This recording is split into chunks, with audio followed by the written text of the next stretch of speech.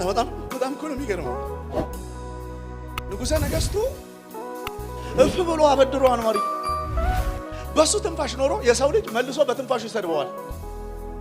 እፍ በታውሶ ትንፋሽ እኮ ነው የምንኖረው። በታውሶ እፍ አለብን በህይወት ኖርን ቢልታ አይልም እንጂ እግዚአብሔር ነው በቢል እኮ የለንም።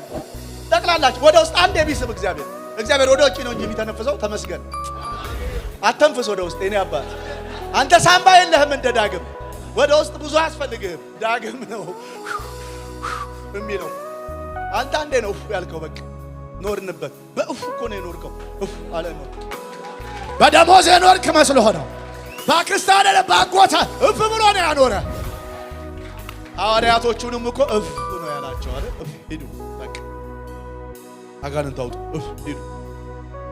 እፍ እኮ ሰራተኛ ነች እግዚአብሔር ዓለም ላይ። ፕሬስ ጋድ